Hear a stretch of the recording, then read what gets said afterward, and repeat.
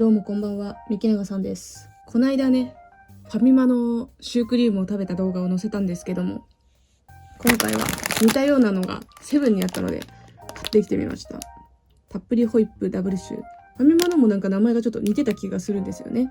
忘れちゃったんだけど、美味しそうだなと思ったんで、今日はこれを食べます。じゃん。こんな感じ。すごい似てるよね。いただきます。2種類のクリームが入っております。うわ、やばい。漏れてきた。見て見て。割れてます。やばい。うまい。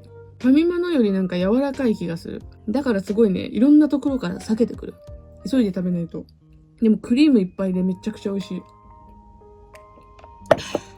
美味しいです。あっちの方が個人的には好みです。ごちそうさまでした。これも美味しいんで、ぜひ食べてみてください。バイバイ。